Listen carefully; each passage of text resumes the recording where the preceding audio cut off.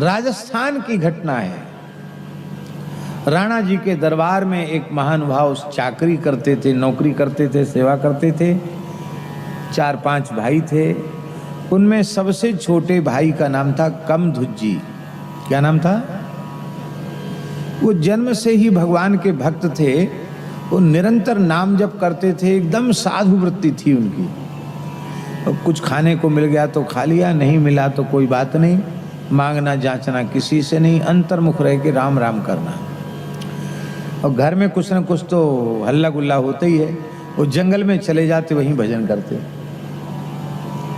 तो सब भाइयों का तो विवाह हो गया, इनका विवाह भी नहीं हुआ, क्योंकि ब्याह तो उसी का होता है जो कुछ कमाने लायक हो। ये तो किसी काम के नहीं है। तो घर में एक चर्चा चली कि भाई देखो, सब तो कमाते हैं, यही नहीं कमाता। खाता तो है, कमाता है नहीं। इसलिए हम बड़े पद पर हैं राणा जी के दरबार में, इसका भी नौकरी में नाम लिखा देते हैं। एक बार हाजिरी दे आएगा दरबार में, जो कुछ तनख्वाह मिलेगी वो घर में काम आएगी। भाइयों ने कहा देखो, तुम्हारा राणा जी के दरबार में नाम लिखा देते हैं और थोड़ी देर के लिए ड्यूटी पे आना पड़ेगा, और तुम्हारी जो तनख्वाह मिलेगी वो हम लोग ले लेंगे, घर में काम आएगी। तुम खाते तो हो, यहाँ रहते हो, खाते हो, ये है संसार। ऐसा हमारे यहाँ साधुओं में हो जाए तो सब काम गड़बड़ हो जाए। हमारे यहाँ ये व्यवस्था नहीं है कि एक व्यक्ति लावे और बाकी सबको कमाना पड़े, ऐसा नहीं है। कमाओ सब, अपना अपना रखो, और व्यवस्था एक को ही जुटानी पड़ेगी। मना नहीं कर सकते कि भाई ऐसा क्यों, संतों की व्यवस्था है। गृहस्थियों में 10 कमाने वाले हैं और उनमें एक है जो बेचारा कोई कमाई उमाई नहीं करता। तो उन 10 की नजर में वो खटकेगा कि अरे ये कैसे। इधर एक सोफा इधर अलग डलवा दो। श्री सीताराम जी महाराज की। हम लोग बड़े भाग्यशाली हैं। प्रयाग से अरेल वाले महाराज जी कृपा करके पधारे हैं, हम उनको प्रणाम करते हैं। विराज।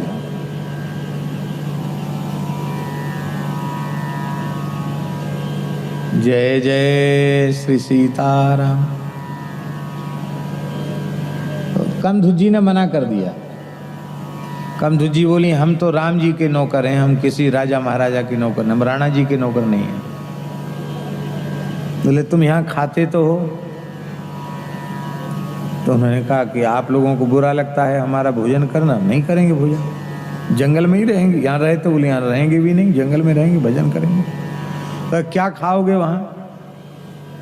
तो बोले आप इसकी चिंता छोड़ दो, अब आप लोगों को खाना अच्छा नहीं लगता, रहना अच्छा नहीं रहेंगे, या नहीं खाएंगे, जंगल में ही रहेंगे। भाई नाराज हुए, बड़ा बैरागी छांट रहा है। वहां जंगल में रहेगा, मर जाएगा वहां भूखे प्यासे, तो कौन जलाएगा तुझे, दाग कौन देगा? तो कमधुज्जी बोले कि आप लोगों को कौन देगा? अरे बोले हम तो गृहस्थ हैं, हमारे लड़के बच्चे हैं, सब हमारा संस्कार करेंगे, तुम्हारे जैसे थोड़ी हैं ऐसी डोल रहे हो, किसी काम के नहीं। अरे यहाँ मरोगे तो कोई ना कोई भाई भतीजा अग्नि तो मुखाग्नि तो दे देगा, वहां मर जाओगे कौन देगा?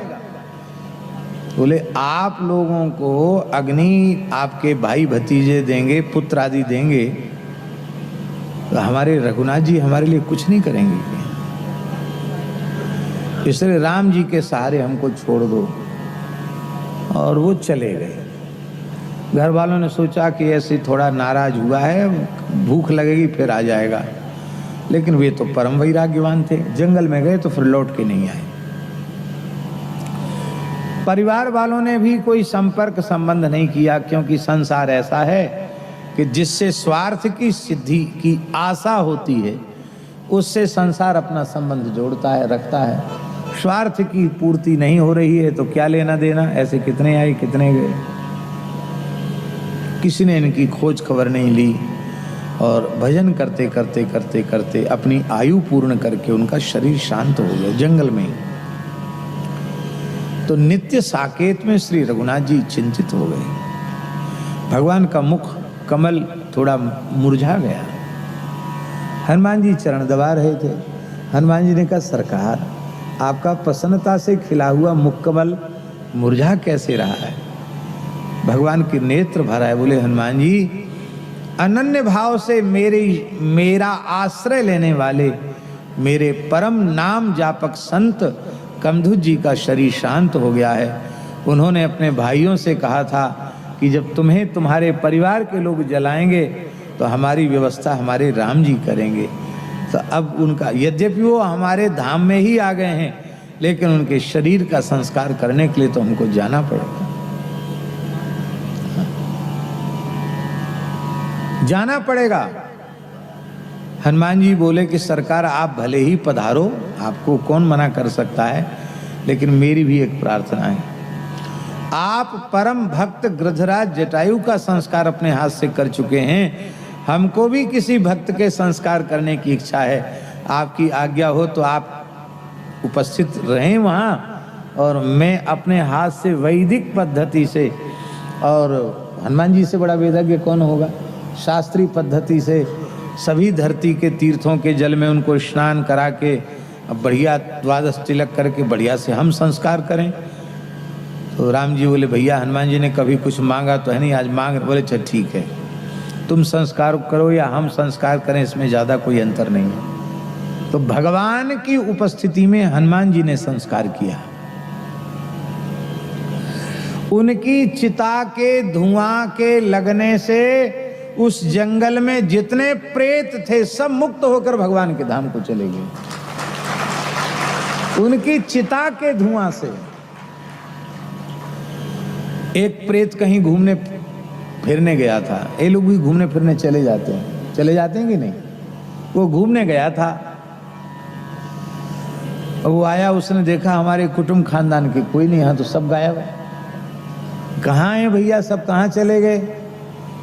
एक महात्मा वहाँ भजन करते थे, बोले अब वो नहीं है सब, वो तो सब भगवान के धाम को चले गए। कैसे गए? तो सारी बात बताई, तुम रह गए। अब वो भरत माथा पीट पीट के रोने लग गया कि हमको भी इस योनि में पता नहीं कब तक पड़े रहना पड़ेगा। महाराज मेरा उद्धार करो, मेरे ऊपर कृपा करो। तो संत की महिमा का स्मरण करके उन संत ने जिस स्थल पर कमधुज जी का दाह संस्कार हुआ था, वहां कोई अग्नि नहीं थी, संस्कार का कोई चिन्ह भी वहां नहीं रह गया था, पर जहां कमधुज जी का संस्कार किया गया था वहां कुछ कंडा लकड़ी डालकर जैसे ही अग्नि चैतन्य किया, उस धुआं के लगने से भी वो प्रेत मुक्त हो गया जो बाकी रह गया था। भक्त की महिमा आहा, भगवान भी वर्णन नहीं कर सकते।